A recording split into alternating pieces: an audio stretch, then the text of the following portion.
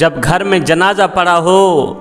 تو نمازیں قضا ہو جاتی ہیں، جب حویلی میں میت پڑی ہو تو نمازیں قضا ہو جاتی ہیں، ہوش جاتی رہتی ہے، نہیں رہتی ہوش،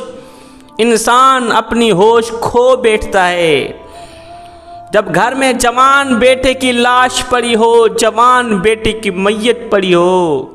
جوان بیٹے کی جدائی کا صدمہ، جوان بیٹے کی موت کا صدمہ ہر چیز پہ مسلط ہو جاتا ہے،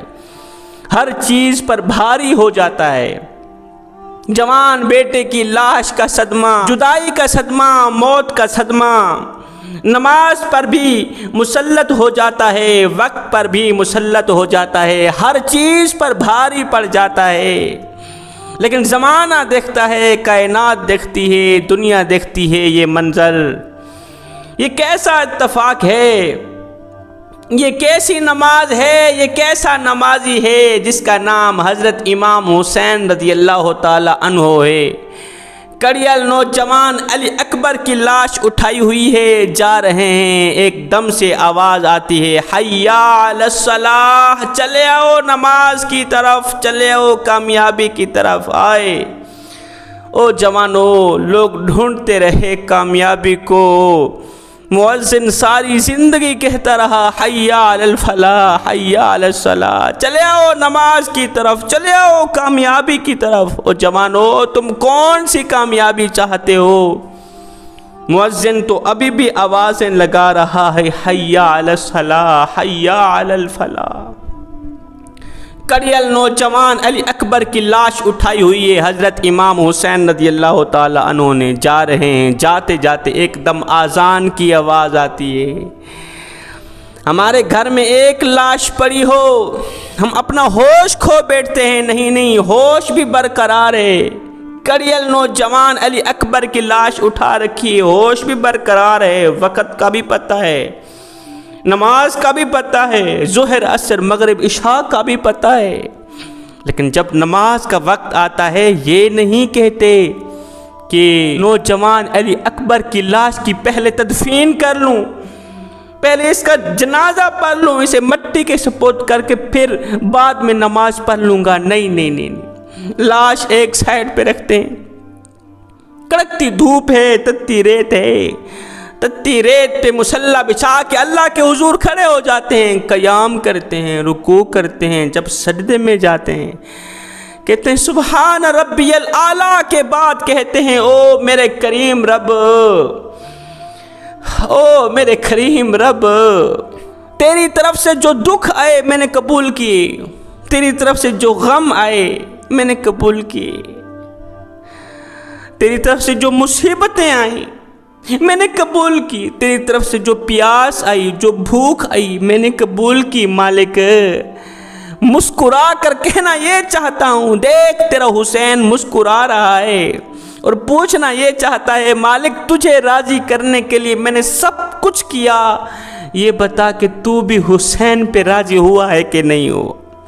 جوانوں، میں یہاں پہ ایک لفظ دینا چاہوں گا، سونے کی تختی پہ لکھنے والا ایک جملہ دینا چاہوں گا، وہ جملہ یہ ہے جوانوں، علی اکبر بھی حسین کو پیارا ہے لیکن اللہ بہت پیارا ہے، علی اصغر بھی حسین کو پیارا ہے لیکن اللہ بہت پیارا ہے، قاسم بھی حسین کو پیارا ہے لیکن حسین کیا کرے، اللہ ان سب سے پیارا ہے۔ جوانوں، نماز کو مت کہو کہ میں نے کام کرنا ہے، بلکہ کام کو بولو کہ میں نے نماز پڑھنی ہے۔ اذان امتی کو ایسے بلاتی ہے جسے روتے ہوئے بچے کو ماں بلاتی ہے، اے بندے آ جا اس کریم رب کی چوکھٹ پر جس نے تجھے پیدا کیا۔ یہ زندگی کے لمحے میرے اور آپ کے لیے غنیمت ہیں جوانوں، انہی لمحوں میں، انہی وقتوں میں کچھ کر لو، اللہ کو راضی کر لو، اپنے بڑے باپ کی چٹی داڑھی کا حیا کر لو، نماز پڑھ لو، معلوم نہیں پھر فرصت ملے نہ ملے، معلوم نہیں پھر یہ زندگی کے لمحات ملیں نہ ملیں۔ وہ ایک لمحے کے لیے سوچو تو صحیح، کون کرے گا ہماری شفاعت، کون بچائے گا ہمیں قیامت کے دن اللہ کے غصے سے، کون بچائے گا قیامت کے دن ہمیں جہنم سے۔ ہم نے امیدیں لگا رکھی ہیں، ہاں امیدیں لگانی چاہیے، بچانے والا بچائے گا، لیکن ہمارے پلے ہی کیا ہے؟ ساری زندگی تو ہم نے غفلت میں گزار دی، نماز کے قریب نہیں گئے، مسجد کے نزدیک نہیں گئے، مسجدوں میں پڑی چٹائیاں ہمارا انتظار کرتی رہیں، الماریوں میں پڑے ہوئے قرآن ہمارے منتظر رہے، ہمارے پلے ہی کیا ہے؟ آؤ ایک لمحے کے لیے ہم اپنی زندگی کے دنوں کا حساب لگاتے ہیں، چلیں 60 سال کی زندگی لگا لیتے ہیں، 60 سال میں سے 20 سال تو ویسے ہی سونے میں گزر جاتے ہیں، بندہ 24 گھنٹوں میں 8 گھنٹے بھی سو لے تو 60 سال کی عمر میں سے 20 سال سونے کے نکال لو تو باقی 40 سال بچتے ہیں، 40 سال میں سے 15 سال تو ویسے ہی بالغ ہونے میں گزر جاتے ہیں، 15 سال وہ نکالو تو باقی کتنے رہتے ہیں؟ 25 سال باقی رہتے ہیں۔ اب 25 سال میں سے انسان جب بوڑھا ہوتا ہے،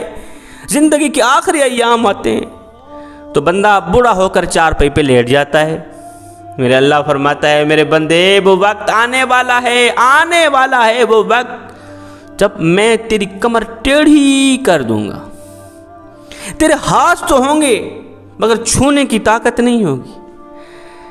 تیرے بازو تو ہوں گے لیکن ان بازو میں طاقت قوت نہیں ہوگی، تیری زبان تو ہوگی لیکن بولنے کی صلاحیت چھین لوں گا، تیری آنکھیں تو ہوں گی لیکن دیکھنے کی صلاحیت چھین لوں گا، تیرے کان تو ہوں گے لیکن لوگ تجھے ڈورا کہیں گے، ڈورا یہ تو کچھ سنتا ہی نہیں، اس لیے کہ میں سننے کی صلاحیت چھین لوں گا، وہ وقت آنے والا ہے۔ تو 10 سال تو بندہ ویسے ہی چار پہ پڑا گزار دیتا ہے، آج موت آئی کل موت کا فرشتہ آیا، موت کے انتظار کرتے کرتے بوڑھا شخص چار پہ بھی بیٹھا گزار دیتا ہے، 10 سال ایسے گزر جاتے ہیں۔ 25 سال میں سے 10 سال نکالو باقی کتنے رہ گئے؟ 15 سال رہ گئے۔ 15 سال میں سے 60 سال کی عمر میں انسان